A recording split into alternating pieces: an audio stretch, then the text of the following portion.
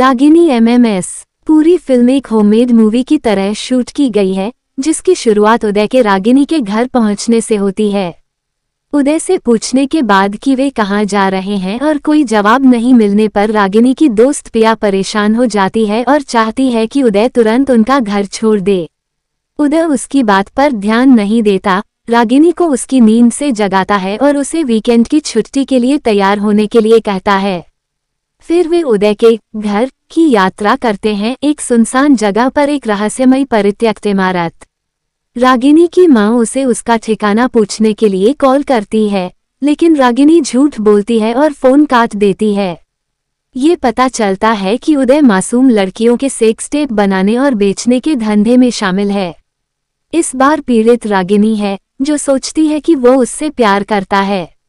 वे sex करने की कोशिश करते हैं, लेकिन पिया और उसके प्रेमी विशाल के आने से उन्हें रोक दिया जाता है। उनके आने से क्रोधित उदय रागिनी से उनसे छुटकारा पाने के लिए कहता है, लेकिन वे कुछ समय के लिए रुक जाते हैं। विशाल उदय से बाथरूम का रास्ता पूछता है और उदय उसे बता देता है। विशाल उदय को बताता है कि घर में पहले एक महिला रहती थी, जिसे उसके परिवार वाले डायन कहते थे।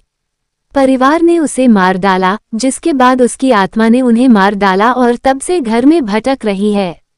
उदय इस कहानी पर हंसता है और चला जाता है। विशाल हिचकिचाते हुए लिविंग रूम में वापस जाता है, लेकिन उसे लगता है कि उसके पीछे कोई है। कोई मुख्य दरवाजा खटखटाता है। जब उदय दरवाजा खोलता है तो विशाल गर्दन पर घाव के साथ लड़खड़ाता हुआ अंदर आता है। घर में कुछ गड़बड़ होने का आभास होने पर पिया और विशाल जल्दी से वहां से चले जाते हैं। इसके बाद उदय रागिनी को बताए बिना कैमरे चालू कर देता है और उसे बिस्तर पर हथकड़ी लगा देता है। वे सेक्स करने ही वाले होते हैं कि उदय को उसके बालों से खींचकर दूर कर दिया जाता है। वो पूरे घर की जांच करता है। इस दौरान विशाल जिस दरवाजे से गया था, वह बिना किसी कारण के खुल जाता है। अब डरे हुए उदय ने कमरे और घर की अच्छी तरह से जांच की, लेकिन कोई नहीं मिला। उन्हें कुछ अजीब सी आवाजें सुनाई देती हैं और उदय मराठी में कहता है, मैं कोई चुड़ैल नहीं हूँ। वो फिर से शोर के स्रोत की जांच करने के लिए बाहर जाता है। वो एक अजीब और भयभीत हालत में लौटता है।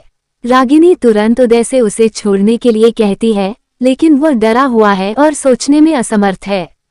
चाबियों की तलाश करते समय उदय गलती से वह कैमरा दिखा देता है जिसका उपयोग वो उन्हें सेक्स करते हुए फिल्माने के लिए कर रहा था, जिस पर रागिनी आतंक, सदमे और गुस्से से प्रतिक्रिया करती है। उदय रागिनी की हथकड़ी को खोलने के लिए दूसरी चीजों का इस्तेमाल करता है, लेकिन अचानक उसे घबराहट होने लगती है। वो एक नुकीली चीज उठाता है, अपनी गर्दन पर वार करता है और मर जाता है। घबराई हुई रागिनी मदद के लिए चिल्लाती है, लेकिन कोई उसकी आवाज नहीं सुनता। वो खुद ही चाबियां ढूंढने की कोशिश करती है, लेकिन व्यर्थ। वो बेड पोस्ट को तोड़ने की कोशिश करती है, लेकिन असफल रहती है। रागिनी को कांच का एक टुकड़ा मिलता है। वह अपना हाथ काट लेती है और खून का इस्तेमाल करके खुद को छुड़ा लेती है। एक बार मुक्त होने के बाद वह घर से भागने की कोशिश करती है, लेकिन दरवाजे उसके पीछे बंद होते रहते हैं।